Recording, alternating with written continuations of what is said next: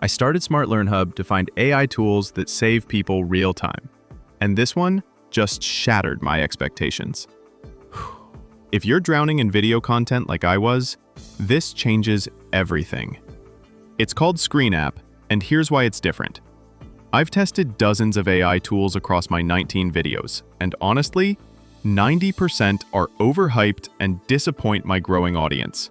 But this one completely rethinks how we learn, and it's exactly why I started this channel. Watch what happens. Let me show you Screen App in action. Here's how you get started.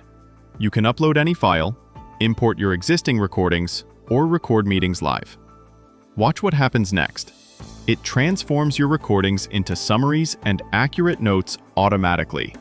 Now, you can find exactly what you need quickly with these fast and accurate summaries.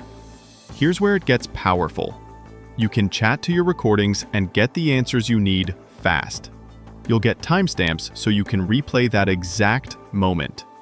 Look at this. It automatically summarizes your meetings, extracts key decisions, and identifies action items.